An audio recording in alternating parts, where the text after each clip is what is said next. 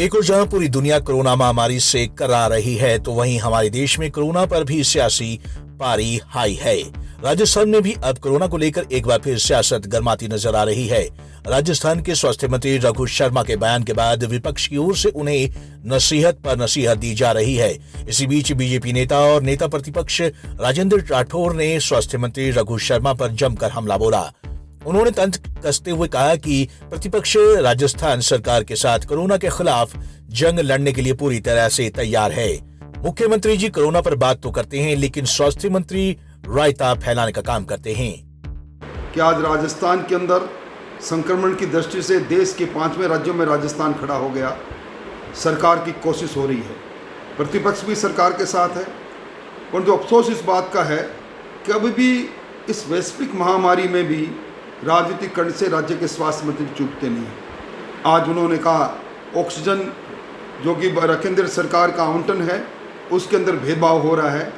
मैं समझता हूं कि केंद्र पर हम दोषारोपण करें इससे पहले सरकार का पहला कर्तव्य है स्वास्थ्य, चूँकि स्टेट सब्जेक्ट है, इसलिए चाहे ऑक्सीजन की बात हो, चाहे रेमडेसिविर इंजेक्शन की बात हो, चाहे वेंटिलेटर की बात हो, इन सारी व्यवस्थाओं के बारे में सरकार अपने कर्तव्य को पूरा करे। प्रतिपक्ष उनका साथ देने को तैयार खड़ा है।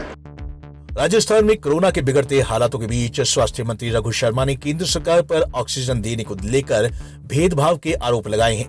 उन्होंने अपने बयान में कहा था कि राजस्थान और गुजरात में कोरोना बराबर कहर बरपा रहा है, लेकिन केंद्र सरकार गुजरात को ऑक्सीजन भरपूर मात्रा में पहुंचा रही है, वहीं राजस्थान के साथ भेदभाव किया जा रहा है।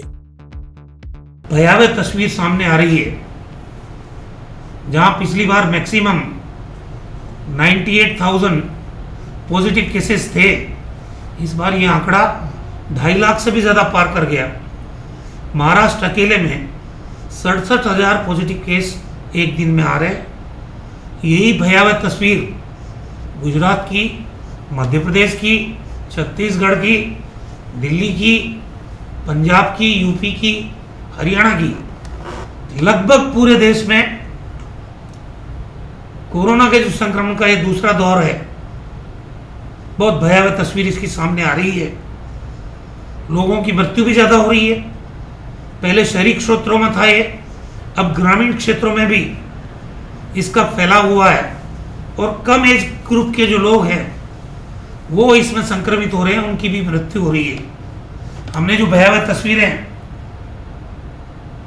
दूसरे राज्यों की देखी है, जहां क्यू लगी हुई है फ्यूनरल के लिए, लाशों के ढेर लगे हुए हैं, ऐसी स्थिति में इसका इम्पैक्ट राजस्थान में भी आना लाजमी है।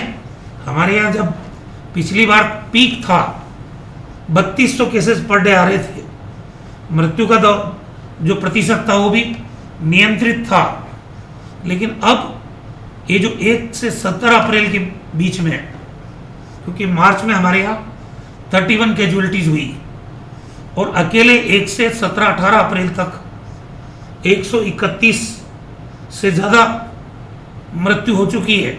किसी रोज़ 32 हो रही है, किसी रोज़ 37 हो रही है, किसी रोज़ 42 हो रही है। परसों हमारे पॉजिटिव केसेस की संख्या 9,000 थी, कल 10,262 थी।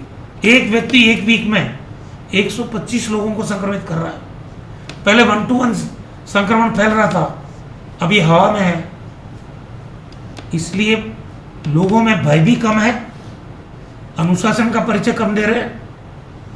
हमारी प्रार्थना है कि ये जो कर्फ्यू लगाया जन अनुशासन पखवाड़े के रूप में 15 दिन का, इसमें आम आदमी अनुशासन का परिचय दे।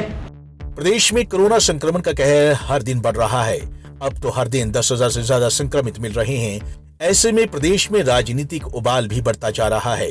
विपक्ष सरकार पर आरोप लगा रहा है और सरकार केंद्र सरकार पर। बहरहाल राजस्थान में बीजेपी की ओर से प्रदेश में सेवा ही संगठन के भाव से कोरोना हेल्पलाइन नंबर जारी किया गया है।